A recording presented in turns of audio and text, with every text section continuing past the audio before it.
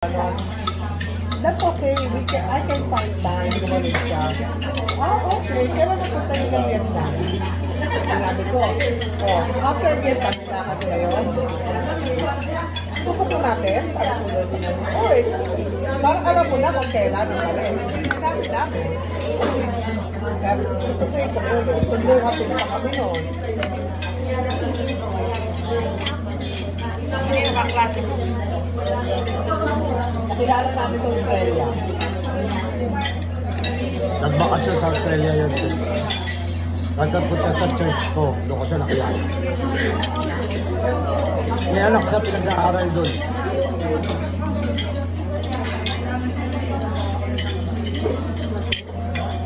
Pero yung anak niya, naging ano na rin.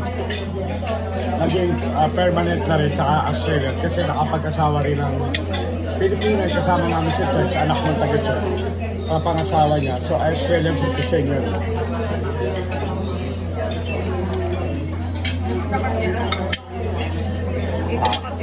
Sino? Taga-rito siya.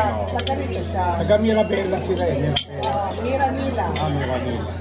Alam mo ba yun, Tay? Quezon City.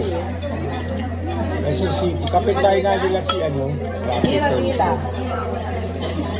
Walang kapitbahay niya. Mga tulpo.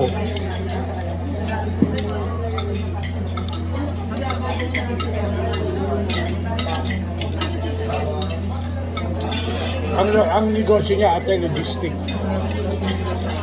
Dati kasi siya nagtrabaho sa William Lines bago niya binili yung negosyo niya. William Lines sa Aboy, Pisapa. Bulacan, Claridel. Mamahal, Claridel. Nakalimutan ko yung bayan eh. May bayan eh, no? Nakalimutan ko. Basta Claridel.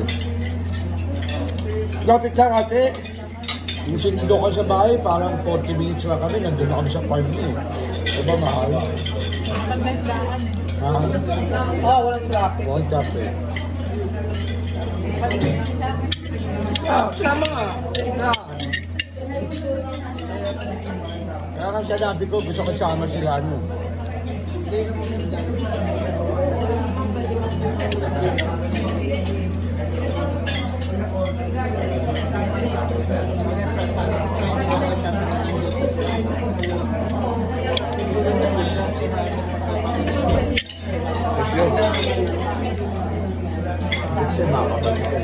Bakit pina-test mo si Herbe? Pwede eh.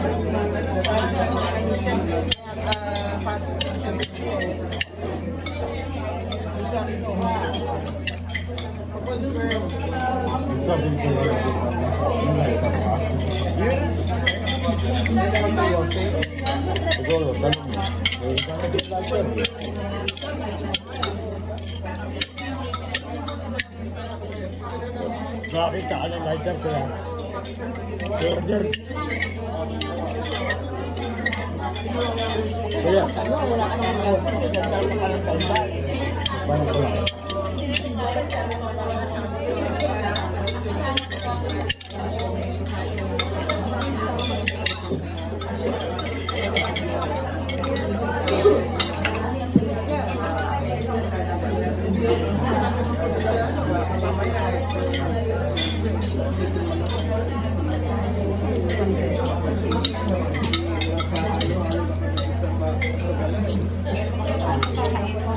talaga namang Facebook ko sa ano.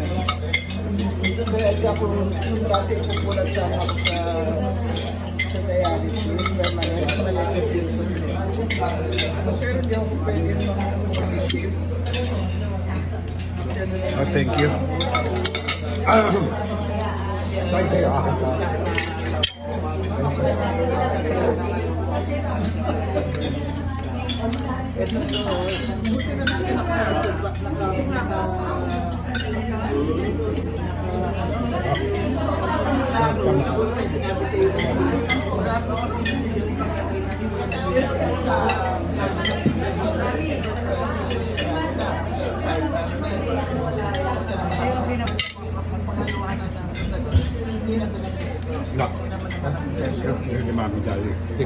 Thank you po.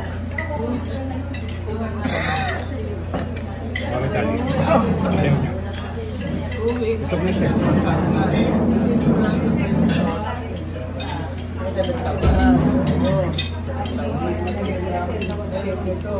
Kasi nga hindi klaro. Sabi ko, hindi naman klaro kasi yung ano eh.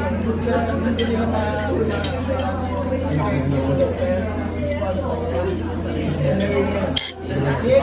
ito, very important. Meron nga sila ito, hindi pa alam ito ngayon. Pero tinuna niya.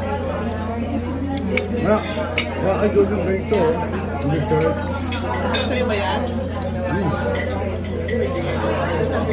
Ito yung malaki eh. Doktor Anton, nag-inject siya niya. Kasi,